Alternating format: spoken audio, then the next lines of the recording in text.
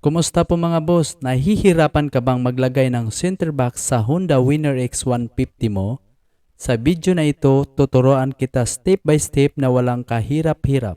Panoorin mo hanggang dulo dahil may additional tips or awareness ako bago ka bumili ng center box mga boss.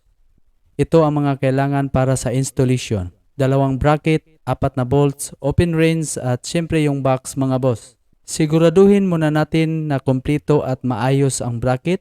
So ikabit na natin ang bracket. Para sa pag-install ng bracket, sa bandang ibaba ng handlebar na may tornilyo ay kailangan natin tatanggalin po ito. Para dito ikabit ang isang bracket at pagkatapos na maikabit, higpitan ng maayos para sa safe ng biyahe. At para maikabit naman ang pangalawang bracket, kailangan din tanggalin ang 2 bolts sa may bandang ibaba ng upuan at dito naman ikabit ang bracket mga boss. Pagkatapos ma-install ang bracket, siguraduhin na maayos na pagkahigpit sa mga tornilyo. So ikabit na natin ang center box, i-align lang natin dito tapos ipasok ang 4 na tornilyo at higpitan ng maayos ang mga tornilyo nito para sa safe ng biyahe. Additional tips or awareness lang ito sa mga riders na hindi pa bumili ng center box. May napapansin kasi ako pagkatapos sa installation ng center box. Una, nasasagi ng kaunti ang manubila sa pagliko ng motor dahil sa center box, pero nakakaliko pa naman ako ng maayos at naitutudo ko pa ito sa pagliko mga boss. Pangalawa,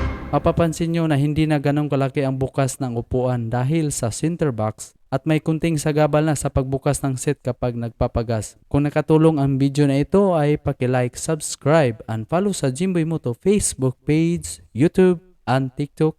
Thank you and God bless.